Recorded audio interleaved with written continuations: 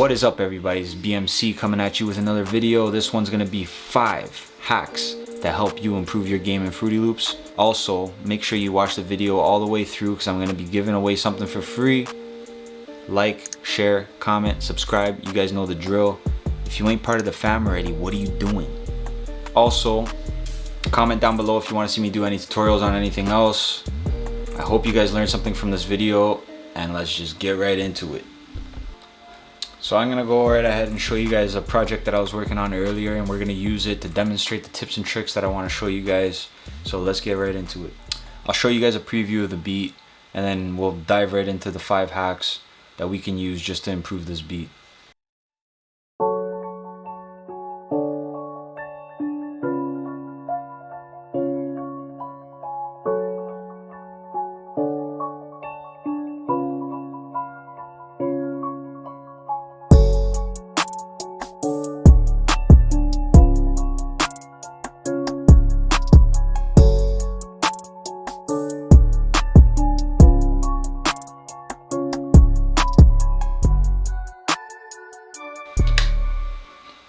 So yeah, as you can see, it's a pretty simple beat. I didn't go too crazy with anything. Alright, so hack number 1, 808s. You should do this to your 808s almost every single time. I'm going to show you guys right now.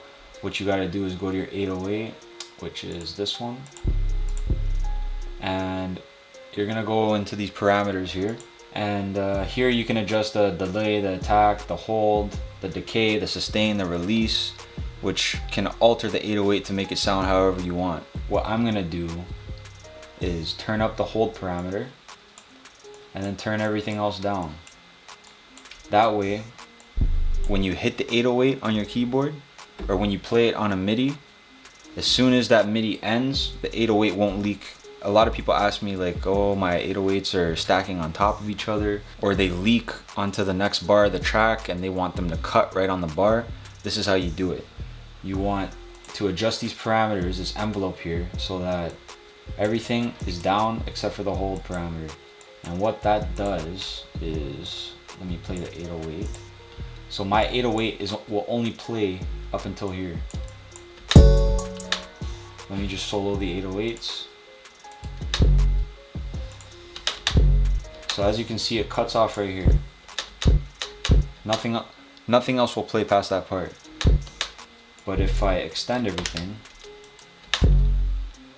now it's playing a lot longer. So let's say at the end of this bar, you don't want your 808 to spill over. Well, what this is gonna do is it's gonna cut it right there, and you won't hear the 808 after that bar. So for hack number 2, what I'm gonna show you guys is another way you can make more unique type beats, or make an instrument change for your verse without actually changing the instrument itself. I'm gonna take this contact piano that we have right here.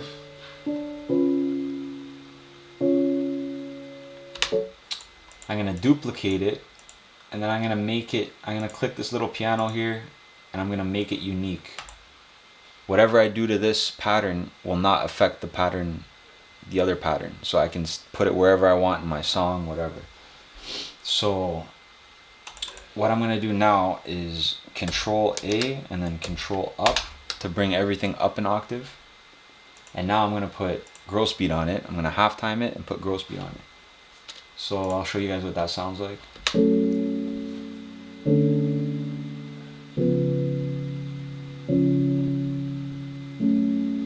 Pretty straightforward. All you're doing is, and I'll do this to like a lot of different instruments in one section of the song, and it just makes your beat a little bit more unique, dynamic.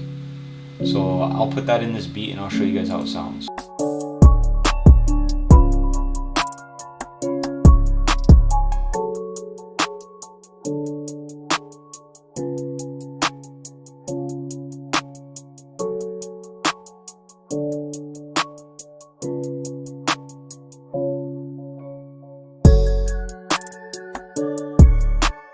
Tip number 3 is syncopation. Excuse me. Syncopation is when you put notes on the offbeat. So, for example, everything you hear the metronome hitting right now, that's on beat. Syncopation is when you put notes off the grid, pretty much. So I'm gonna show you that here. So I'll take this the piano that I had for this track, and I'm just gonna add some syncopation to it. So it would be like adding a note here, for example, or adding a note here, because it's not on the grid here, right? On the grid would be more something like if you're putting notes here, here, here, anywhere here, you're on the grid, even in between. Like this is on the grid.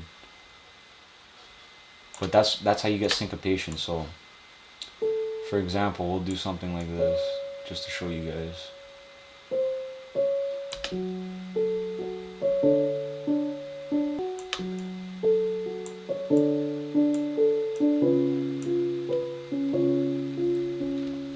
As you can see now, the beat's got more swing to it. It's not all on the grid. Let me show you with the metronome.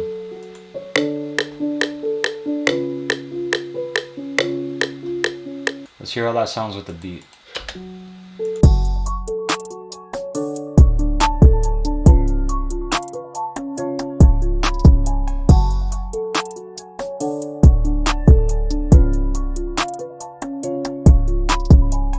Tip number 4. This tip is about to get you lit. Alright? So, what you want to do is whenever you make a melody or build a chord progression, you want to make sure that you're making a full melody. What I usually do when I open up a project, I'll start building chords, and then I'll build my melody on top of those chords within the same piano roll. You're covering every spectrum of sound, and you can go out and switch those you can switch those midis out later for different sounding instruments. So for example, here we got the mid-range frequencies, right? Here we got the low range.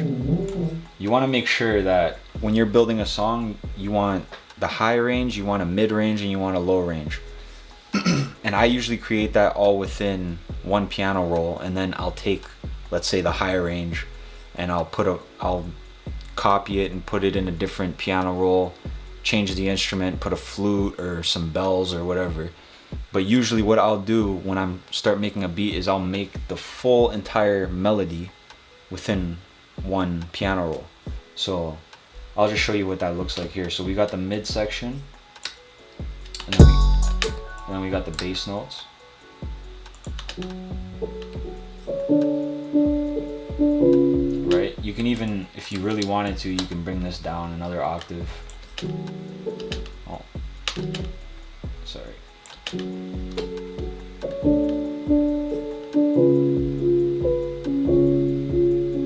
And you can start even filling out middle notes if you want to add a note here.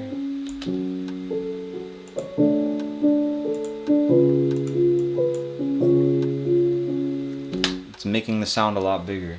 And on the top part, this is where I'll usually make my melody, somewhere up here.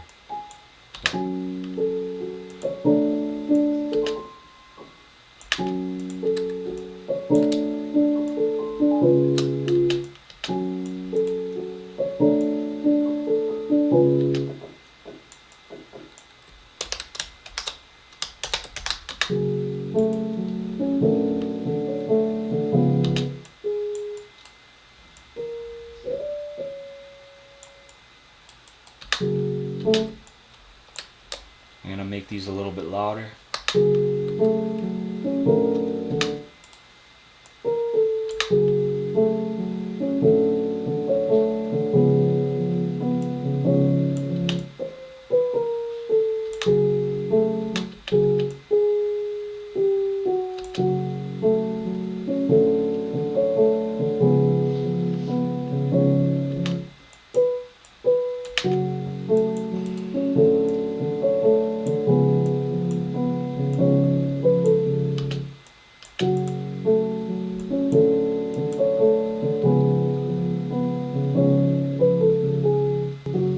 There you have it. We got a full melody on our hands. And now what I would do from here is I might take something like this, copy it, paste it into a different piano roll, change the instrument, and then that's pretty much how I build a beat from there. Tip number 5, build off your chords. So what I mean by that is make a chord progression, and exactly what I just did with the syncopation thing, you want to build off of your chords. So this is the chord progression that I started with originally, and I'm going to show you how I would go about doing that from scratch. So you guys can listen to it as it is.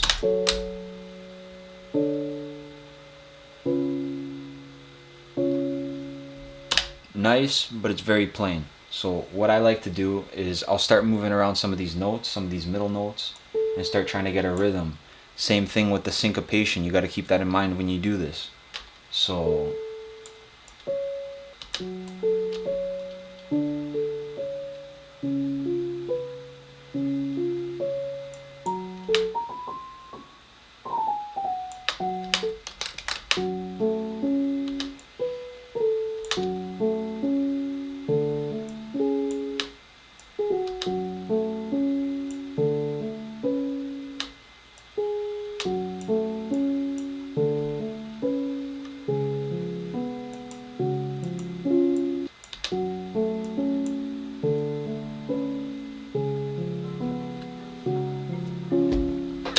also, another bonus tip, don't forget to strum and randomize your chords. What I mean by that is all you gotta do is hit Control A and then go Alt S, and you want to change these parameters here. I usually keep them like this. You can see it moving down here. What it's doing is changing the velocity and it's changing the time. Right? So we don't want to go too crazy with the time. We want to make sure that the velocity is different though, to make it sound more realistic, if that's the sound that you're going for.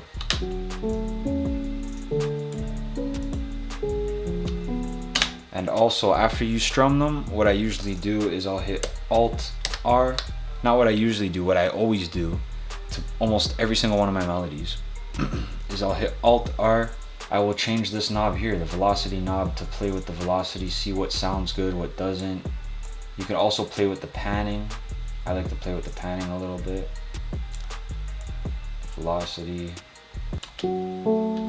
And you can change up the different seeds of velocity that you want. And when you got something that sounds good, press accept and it will sound a lot more realistic. Alright, that's about it for this video, guys. Thank you for watching. Please like, share, comment, subscribe. If you haven't already, what are you doing? I really don't know, man. Why are you still here? I don't know. Please subscribe. Follow me on Instagram at BMC Beats with a Z or a Z, however you like it. And yeah, hit me up in my DMs. Comment down below what you guys want to see next. And peace.